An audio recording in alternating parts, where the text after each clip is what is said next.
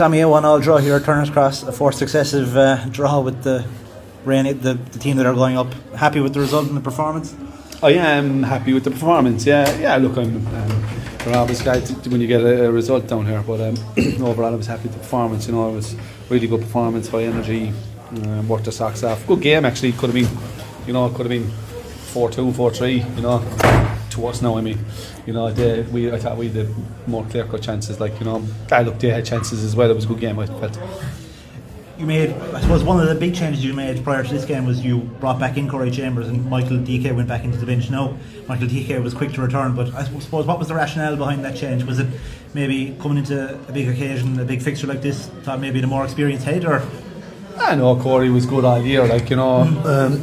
Michael is still learning his trade, so we gave him a couple of games, you know, like we have done throughout the year. Throughout the season, but Corey's had a really good season, so he's still very much number one. You know, Michael will probably play in one of the games before the end of the season again, because we need to mix it up a bit, get him experience as well, you know. You had the dream start this afternoon. Legia Lynch scores after 3 minutes. He got half injured, which is obviously disappointing, and hopefully he'll be okay for the last few games. But in fairness, you weathered the storm there and out. You created plenty of chances, and like you said, you had more of the clear-cut ones because Cork really kind of flattered the deceiving goal. Yeah, they looked troublesome, like from set pieces, like they have all year. You know, Coleman had a couple of chances, but we had, you know, Nico could have scored when we came on. You know, Lee David had a header that went wide, and we had a couple of other chances as well that I can't remember exactly, but I know we had a Trip was unlucky with a couple as well. So, and there near the end he should have scored. Well, he shouldn't. He did brilliantly, and he beat his man up the wing, and it was a great effort. And the keeper put off a good save, and I thought we had a couple of shouts for penalties as well, you know, in the first half, and then looked at the blatant handball. If it wasn't a handball, it was definitely a corner anyway.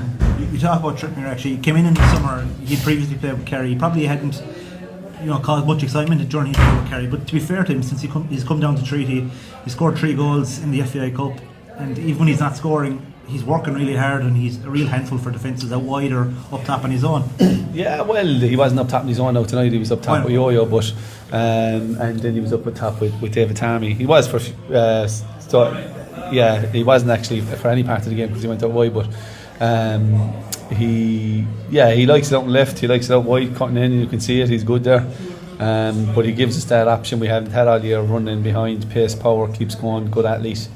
You know, like he looks a bit awkward at times, but he's got some very good touches because he's a big man. He's very good with his feet. Yeah, we've work to do with him, but we like him. I like him. I think he's a good, honest lad. Works his socks off. So yeah, he's a good capture for us. Looking ahead now next week, you've UCD in your last home game, second to last game of the season. They're probably going to have one eye on the playoff. I think they played out a 1-1 draw tonight with Bray Wanderers, but you'll be looking to finish the season as strongly as you can, as you've done for the last 3 games, and even before that when you lost that loan, you still put in a good shift.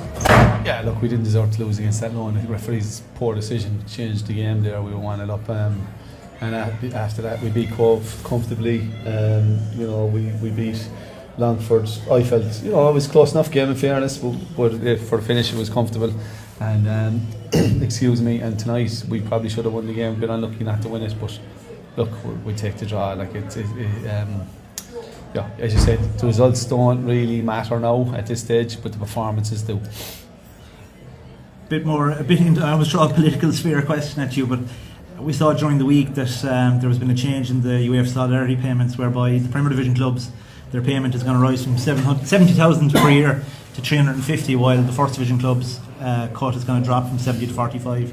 Now, the FAI have come out and said that they have no input on this, and it's all from UEFA, but it is a hammer blow at the clubs in the First Division who are largely amateur, and it does make that gap even bigger between the First and the Premier, and especially for the clubs going up as well.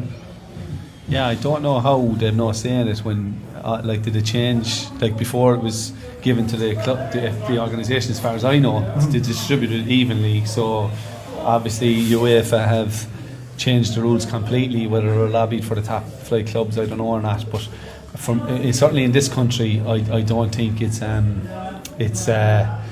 good. It's a good thing for the league, and I'd say that if I was the Premier Division manager as well. If I was a Premier Division manager, because we've only 20 teams in the league, and like if we lose another couple of teams, we're in real trouble, you know. And if you're making teams already stronger and stronger, and like, look, I know the AFI and the PFI want to make teams full time, but like, it's not realistic. We've seen it with Dundalk this year now again, and we have to build this and build the crowds and build the infrastructure and get proper sponsors. Probably sponsor for the league, a better sponsor for the league, where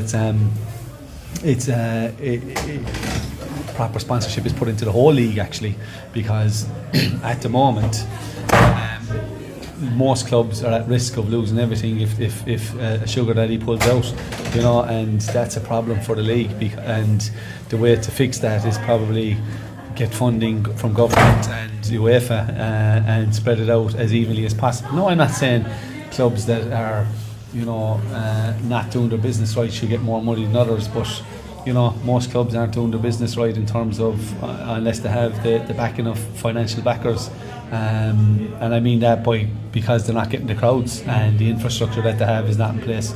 So yeah, I think it's a bit unfair, and it's not even unfair. It's just not right, because it just widens a gap that's you know, increasingly getting wider. Probably and wider. big enough to begin with, yeah. Yeah, you know, so that would be a worry and it would be a concern, you know. So yeah, I don't know much more to say in it, but like, we've only 20 teams, you know, and we need to get more teams and more infrastructure.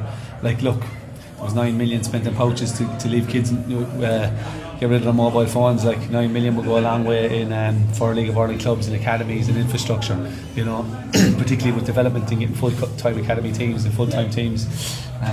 So, you know, we need to do better there.